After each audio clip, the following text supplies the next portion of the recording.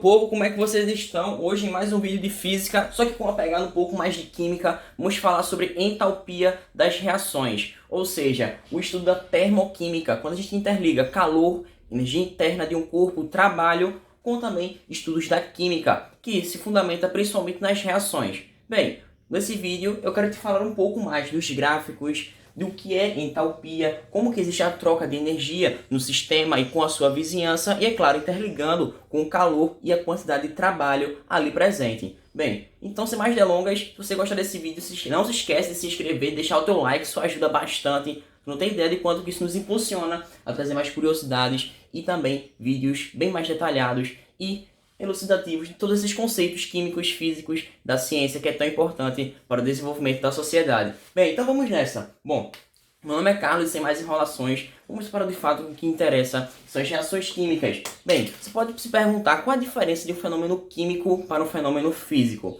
Bem, observando do ponto de vista atômico, o que acontece é um rearranjo desses átomos, ou seja, eles vão se configurar de maneira diferente para formar substâncias distintas. Poxa, não entendi. De um modo simples e prático, se imagine que você está numa festa. A festa que eu vou denominar agora, a festa do Vixe. É um nome bem polêmico, festa do Vixe mesmo. E bem, você tem os reagentes. Os reagentes são aquelas pessoas que estão ali presentes naquela festa, que precisam se combinar entre si para ter um boizinho ou uma boizinha durante todo aquele processo da festa, de curtir aquele momento, por exemplo, durante a noite. Bem, você pode se perguntar, como é que eu posso chegar naquela boizinha, naquele boizinho?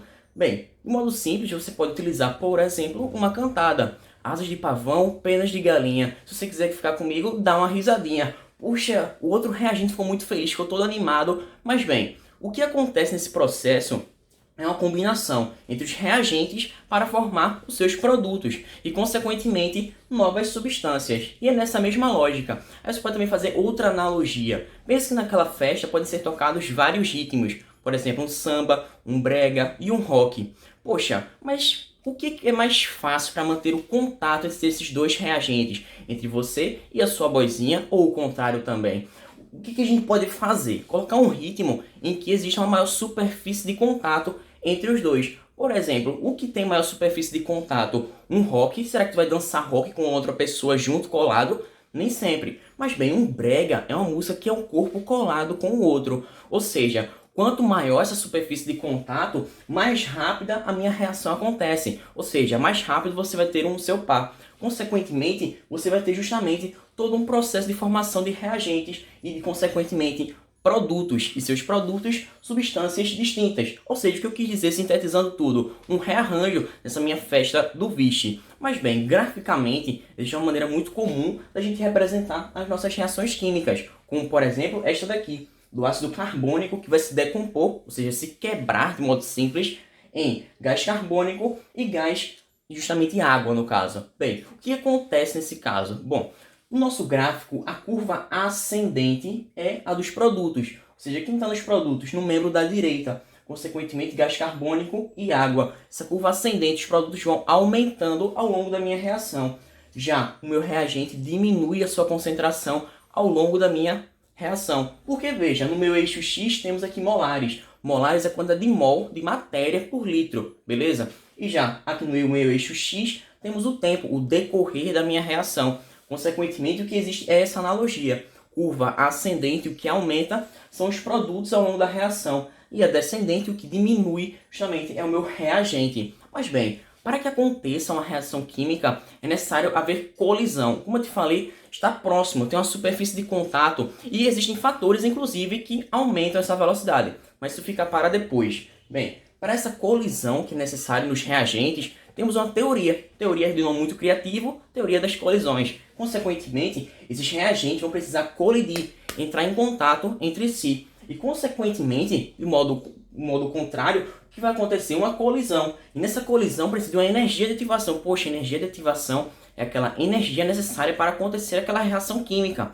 Poxa, é necessário uma certa energia, um certo contato entre esses reagentes. Se liga, inclusive nessas colisões eles conservam a quantidade de movimento. Mas bem, outra coisa muito importante é uma orientação adequada. Se liga, como é que você quer fazer com que seus reagentes na sua festa estejam em contato entre si se eles não têm uma orientação adequada? Poxa, não dá certo. É necessário desse sentido perfeitinho, tá? E da mesma forma, numa reação química, podemos colocar na forma de bolinhas. E essas minhas bolinhas podem ser o grupo A e o grupo E. Bem, com o tempo, nessa minha festa do vixe, a gente vai se tornando um mais próximo do outro. Você do seu boyzinho ou da sua boyzinha, consequentemente, vão ficar mais interligados. Perceba esses pontos pretinhos interligando cada uma dessas moléculas, cada um desses átomos.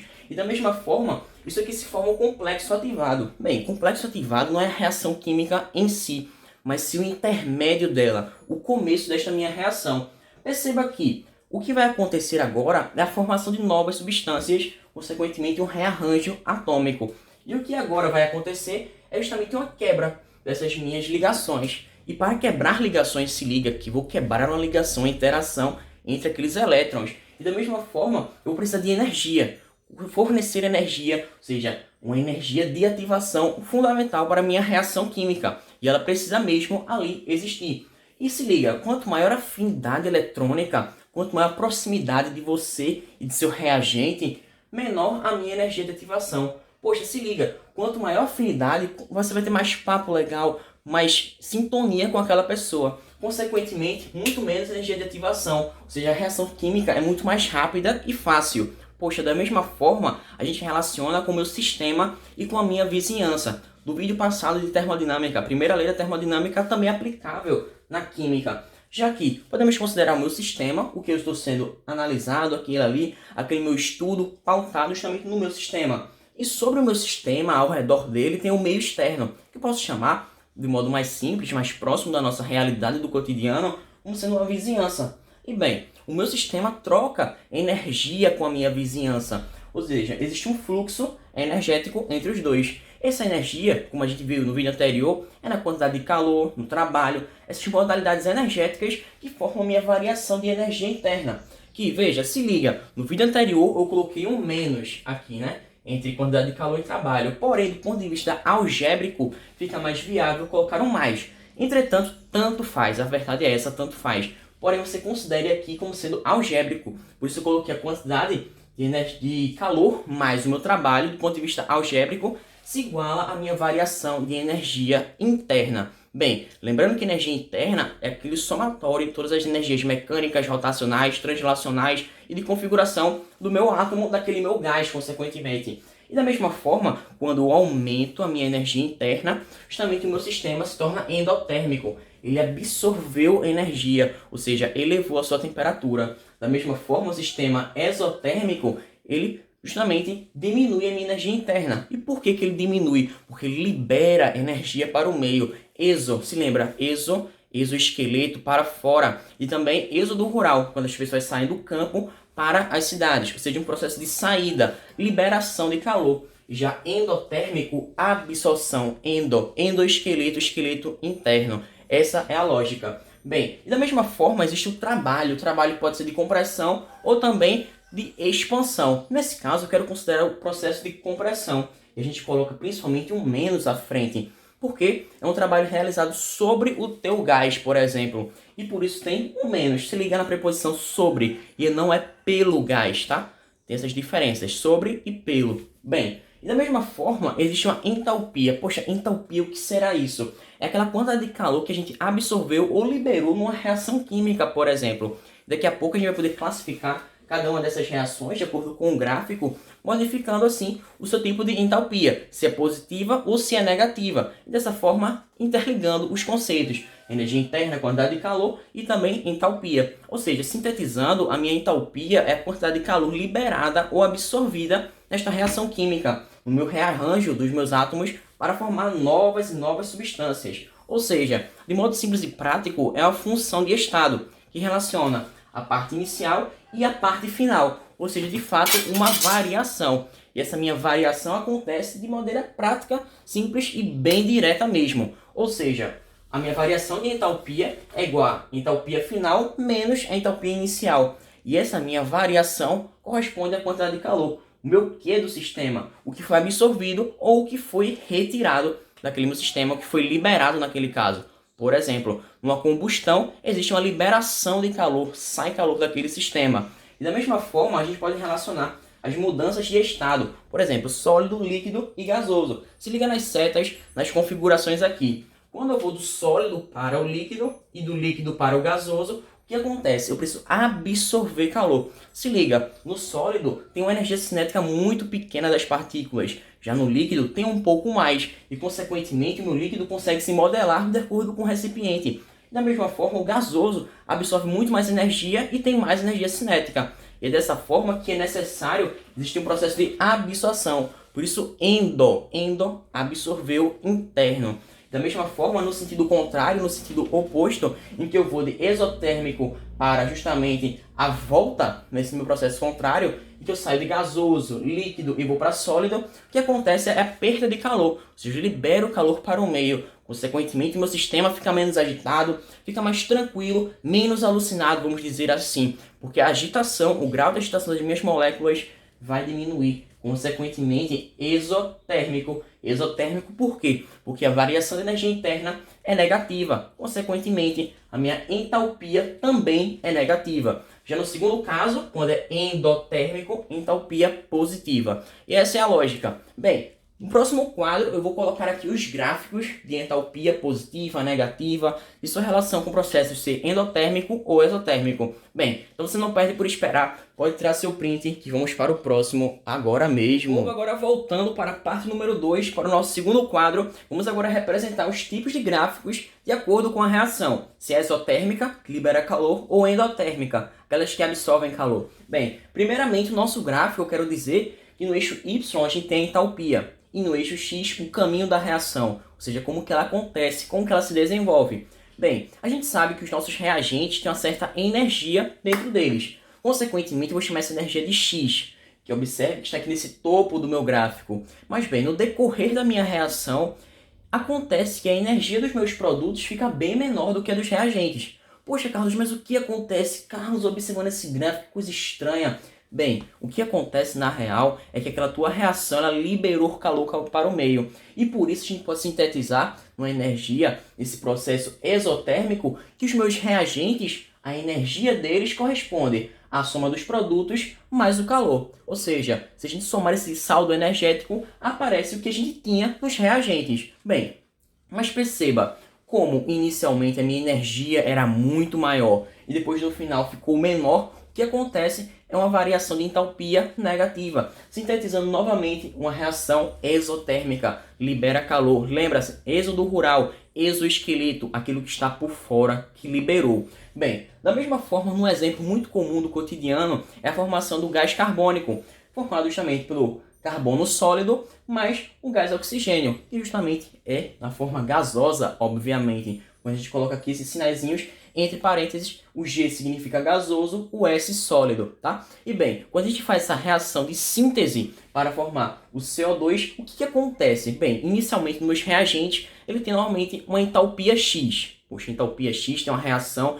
eles têm ali também uma energia específica de cada um deles. E depois de formar os produtos, no decorrer da reação, o que acontece? Na real, eles vão perder energia para o meio, liberar calor, consequentemente uma variação de entalpia negativa. Por isso, meu gráfico decresce. Observa aqui o sentido da variação, apontando para baixo, o gráfico decresceu, diminuiu justamente o tamanho da minha energia. E da mesma forma, a gente pode sintetizar essa minha reação aqui. O carbono sólido mais gás oxigênio forma o gás carbônico, o CO2, gás poluente inclusive. E bem, perceba que a minha variação de entalpia, o meu ΔH, é negativo. Olha o menos aqui, menos 393 kJ por mol. Poxa, kJ por mol, Carlos, o que isso quer dizer? Bem, vamos de maneira simples, prática e direta. Veja, a cada mol de CO2 produzido é consequentemente liberado para o meio 393 kJ por mol, ou seja, por mol, a cada mol produzido de CO2, libera-se essa certa quantidade de energia para o meio, por isso um processo exotérmico. Bem, a gente pode sintetizar que observando também as mudanças de estado, sólido, líquido e gasoso, cada um deles tem a sua entalpia específica, mas em módulo, de modo geral, a entalpia do sólido é a maior de todas. Por quê? Ele tem uma energia cinética muito pequena. E também ele tem uma energia muito grande armazenada nele e que pode ser liberada para o meio. Como, por exemplo, numa combustão, por exemplo. Sempre se lembra nesses casos mais corriqueiros do nosso cotidiano. Tipo numa fogueira. Bom, já depois o líquido é o intermediário. Ele também tem essa entalpia boa, mas é menor do que a do sólido. E ainda, justamente, temos depois do líquido o gasoso. O gasoso tem elevada energia cinética, mas que libera pouca energia para o teu meio. Isso, no caso, em módulo, tá? Em módulo, estou considerando nessa parte modular. Bem, podemos observar que ao longo deste vídeo, falamos diversas vezes de estequiometria, proporcionalidades. Bem, da mesma forma, meu ΔH, variação de entalpia, segue essa mesma lógica, já que ele é uma grandeza extensiva, ou seja, diretamente proporcional ao quanto que existe de reagente e de produtos, ou seja, a quantidade de cada uma deles. E dessa forma é uma grandeza extensiva, ou seja, se eu quero proporcionalizar em cada um desses casos, eu posso sim, por exemplo, multiplicar cada um desses reagentes por 2, eu vou multiplicar o meu produto por 2 também. E se eu multiplico por 2, minha variação de entalpia também será multiplicada por 2. Ou seja, existe uma proporcionalidade. Já que, como eu já falei, esse processo aqui, a cada mol de CO2 formado, eu libero para o meio 393 kJ de energia. Ou seja, por mol. Se eu falo por mol, estou colocando justamente uma condição de proporcionalidade, direta inclusive. Bem, mas agora falando dos meus gráficos endotérmicos, a lógica é inversa. Já que a minha entalpia também estará no eixo Y e o caminho da reação no eixo X. Porém, o meu gráfico vai subir, absorver calor endotérmico, absorver. Da mesma forma, a minha entalpia dos reagentes vai ser menor que a dos produtos. Ou seja, consequentemente, a minha variação de entalpia vai ser positiva. Lembre-se de uma decomposição de alguma substância, por exemplo. Ela precisa absorver energia para romper aquelas ligações. E observe que a minha entalpia subiu. Se subiu, positiva. Legal, beleza? E aqui só resumindo no meu gráfico, tenho nessa parte um pouquinho mais abaixo a minha variação de entalpia para os reagentes e acima para os produtos. Consequentemente, se o gráfico subiu, entalpia positiva endotérmico, ou seja, absorve energia. Poxa, um exemplo muito comum é a decomposição do carbonato de cálcio, beleza? O carbonato de cálcio que pode ser decomposto em óxido de cálcio e justamente dióxido de carbono. Beleza, massa, Carlos, perfeito. Mas como que isso acontece aqui? Vamos observar. É necessário absorver energia, variei minha entalpia positivamente, rompi as minhas ligações e formei novos produtos. Da mesma forma, conecto com a parte anterior, o rearranjo dos átomos para formar novas configurações químicas. Por isso, o fenômeno da parte química, beleza? E, consequentemente, olha a minha entalpia aqui na curiosidade, ó, 177,9 kJ por mol, beleza? Por mol. E dessa forma a gente absorve energia para romper ligações e formar novos produtos. Mas claro, como a gente falou aqui, ó, a minha variação de entalpia é uma grandeza extensiva. Portanto, a ordem da reação interfere muito, tá? Portanto, ordem direta, que seria a minha decomposição, eu tenho entalpia positiva, como eu coloquei aqui acima. Mas se for o contrário, a síntese, ou seja, a soma para formar um produto, a formação justamente do carbonato de cálcio, eu vou ter justamente o quê? O contrário, sinal oposto. Se eu somo, eu vou ter o quê? Uma reação exotérmica, por isso um menos na frente. Exo, liberei calor, justamente uma certa quantidade de calor por mol. Da mesma forma, a gente conecta por ser uma grandeza extensiva e diretamente proporcional. A quantidade de reagentes, produtos, também é o sentido da tua reação. Isso interfere muito, tá? Inclusive nos tipos de gráficos. Bem, se você gostou desse vídeo, eu vou ficando por aqui. Olha aí, tira teu print do quadro, vou sair um pouco para você realmente tirar o print desta beleza que eu fiz aqui com muito trabalho. Mas bem, eu vou ficando por aqui. Muito obrigado, é só o tempo de eu me despedir. Espero que vocês tenham gostado desse meu estudo da química. Entalpia, claro que vamos continuar sim, falando dos tipos de entalpia, de dissolução e justamente falando dos retículos de cada substância. E da mesma forma, tem diversos modos e métodos de calcular essa meia variação, inclusive pela lei de Hess, que será o tema do próximo vídeo. Então desde já eu já te convido, se gostou do vídeo, deixa o teu like, se inscreve no canal, que isso dá uma ajuda incrível. Portanto, eu vou ficando por aqui. Até uma próxima. Fiquem com Deus. Foi um prazer inenarrável explicar química, física, interligar todos esses conceitos diretamente para você, para o seu vestibular. Isso cai muito mesmo, principalmente no Enem. Bem, eu vou ficando por aqui. Até uma próxima. Muito obrigado. Foi um prazer inenarrável.